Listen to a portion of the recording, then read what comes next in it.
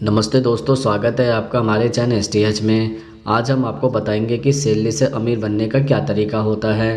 तो चलिए स्टार्ट करते हैं। सवाल नंबर 1, सैलरी से अमीर बनने का क्या तरीका होता है। दरअसल अगर आपको भी लगता है कि सैलरी के सहारे लोग अमीर नहीं बनते तो आपका जानकर हैरानी होगी कि भारत में 14% अरबपतियों की कमाई का मुख्य जरिया सिर्फ तनख्वाह है।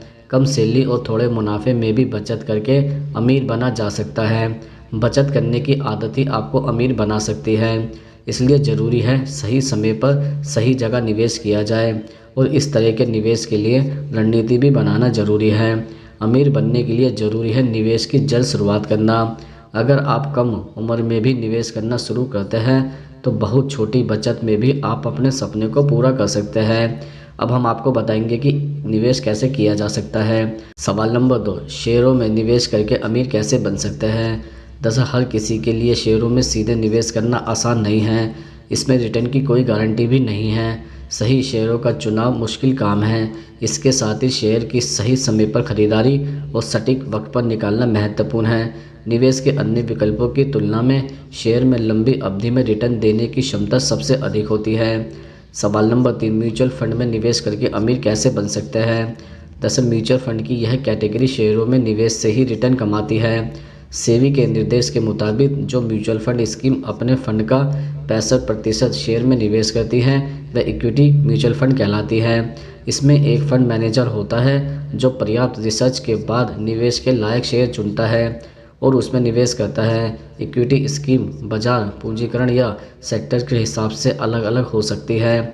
इस समय इक्विटी म्यूचुअल फंड का 1, 3 और 5 साल का रिटर्न 15% सालाना के हिसाब से हो रहा है। सवाल नंबर 4, डेट म्यूचुअल फंड में निवेश करके अमीर कैसे बन सकते हैं। दरअसल म्यूचुअल फंड की तरह यह कैटेगरी उन निवेशकों के लिए सही है जो निवेश से गारंटी रिटर्न कमाना चाहते हैं।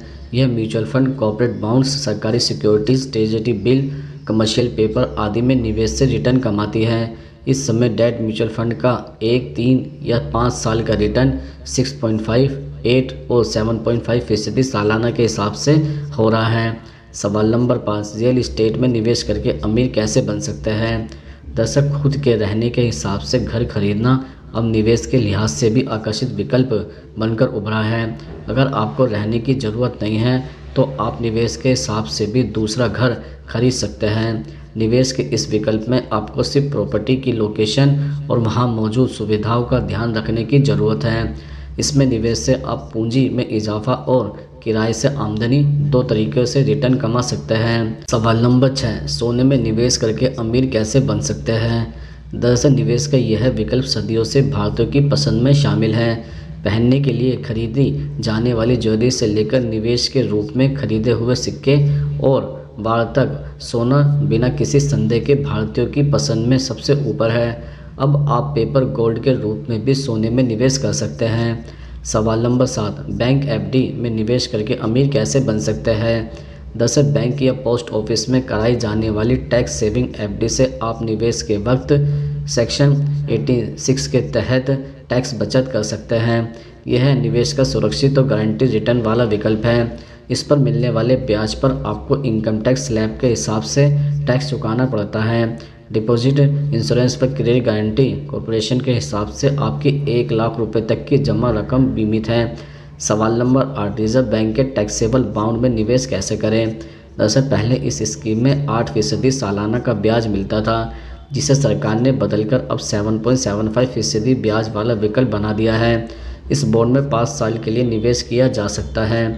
सवाल नंबर 9, पीपीएफ में निवेश करके अमीर कैसे बन सकते हैं। दरअसल देश में निवेशकों के बीच में पीपीएफ सर्वाधिक लोकप्रिय बचत योजनाओं में से एक है। इनकम टैक्स कानून के सेक्शन 80C के तहत किसी एक वित्त वर्ष में आप पीपीएफ में 1.5 लाख रुपए के निवेश पर टैक्स छूट प्राप्त कर सकते हैं।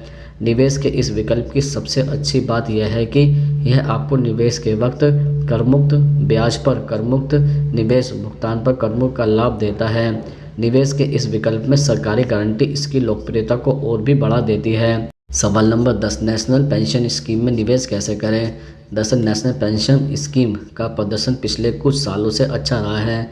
बहुत कम फीस स्ट्रक्चर भी इसे निवेश का आकर्षक विकल्प बनाता है। बाजार से जुड़े उत्पादों में देश में यह सबसे कम खर्च वाला प्रोडक्ट है।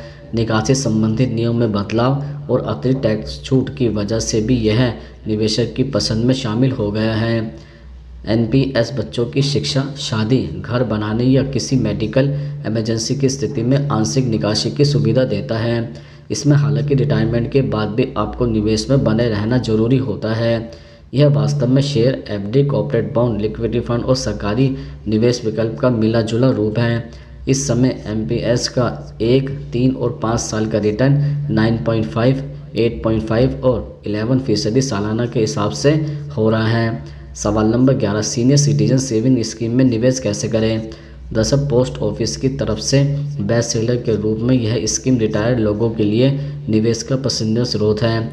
यह सेवानिवृत्त लोगों के लिए आय का नियमित स्रोत भी है। इस स्कीम की अवधि 5 साल है, जिसे 3 साल के लिए और बढ़ाया जा सकता है। इसमें हालांकि प्रति व्यक्ति 15 लाख रुपए की अधिकतम निवेश सीमा है। यह 60 साल से अधिक उम्र के निवेशकों के लिए खुली है। हालांकि सेना से रिटायरमेंट लोगों के लिए उम्र की कोई सीमा नहीं है। विशेषज्ञों का मानना है कि जीवन भर की बचत को पार करने और उस पर कमाई के हिसाब से यह स्कीम बेहतरीन है। यह सेवानिवृत्त लोगों की ज़रूरत के हिसाब से बनाया गया है।